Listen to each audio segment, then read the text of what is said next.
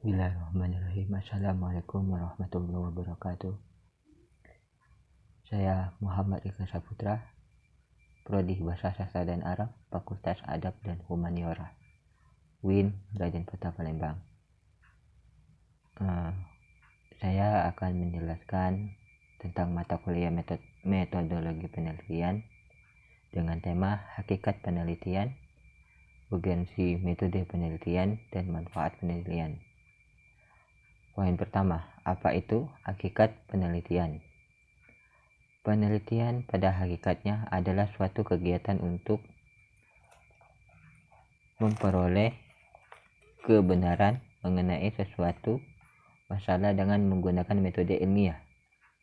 Penelitian adalah art atau science guna mencari jawaban terhadap suatu permasalahan. Karena seni dan ilmiah, maka penelitian akan memberikan ruang-ruang yang akan mengakomodasi adanya perbedaan tentang apa yang dimaksud dengan penelitian. Menurut Joseph 1979, intinya hakikat penelitian adalah mencari kembali. Poin kedua, apa itu tujuan penelitian? Secara umum ialah untuk memperoleh informasi baru, untuk mengembangkan dan menjelaskan, untuk menerangkan, memprediksi, dan mengontrol suatu perubahan.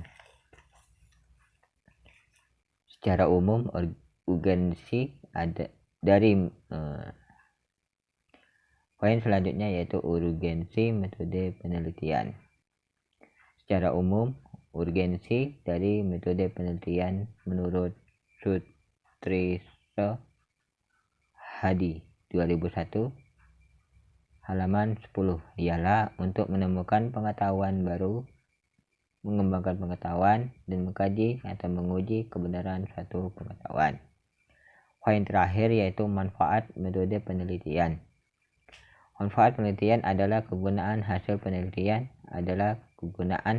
penelitian nanti, baik bagi kepentingan pengembangan program maupun kepentingan ilmu pengetahuan.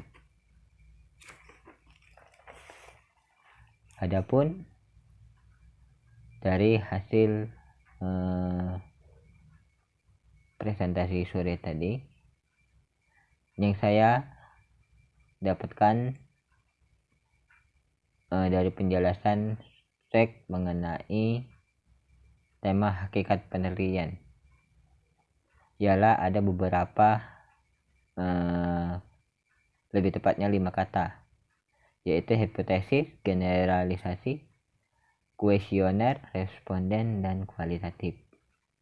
Nah, untuk lebih jelasnya, mari kita lihat uraian di bawah ini. Poin pertama yaitu hipotesis adalah jawaban sementara terhadap masalah yang masih bersifat praduga karena masih harus dibuktikan kebenarannya.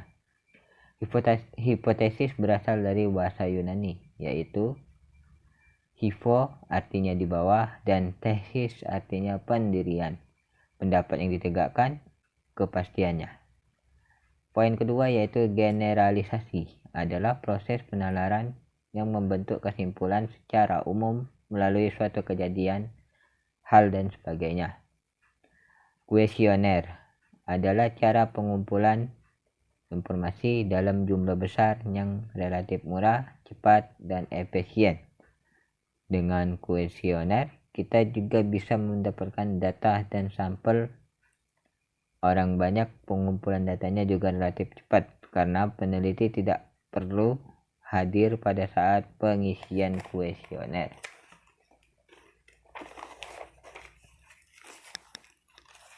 Poin selanjutnya yaitu responden.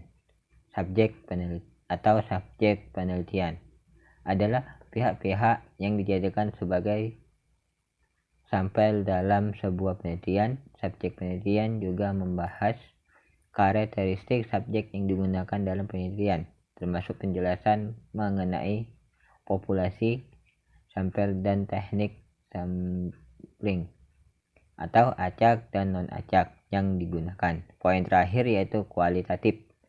secara umum merupakan sebuah metode yang menekankan pada aspek pemahaman lebih mendalam terhadap suatu masalah daripada melihat sebuah permasalahannya.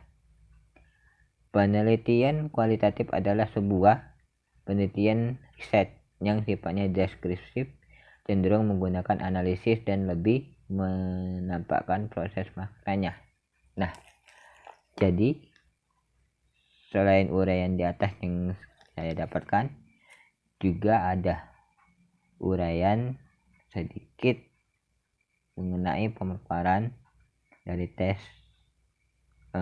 presentasi atau PowerPoint tentang hakikat penelitian dari contoh suka atau tidak sukanya siswa dengan e-learning, yaitu ada yang bilang siswa suka e-learning, tapi ada yang bilang juga siswa tidak suka e-learning. Kalau misalnya siswa suka e-learning, maka ada alasannya, mungin dosennya asik, gak boring, dan mungkin juga jaringannya bagus. Dan mengapa juga ada siswa yang tidak suka e-learning? Ya, mungkin karena sinyal kurang bagus, karena kemungkinan siswa tersebut tinggal di daerah terpencil, atau karena gak asik. Ya, dari semua pernyataan di atas ini dinamakan dengan hipotesis. Mengapa demikian? Karena sudah dijelaskan pada poin pertama, hipotesis adalah jawaban sementara terhadap suatu masalah. Jadi yang di atas adalah jawaban sementara dan juga pendapat-pendapat dari pihak yang berbeda-beda.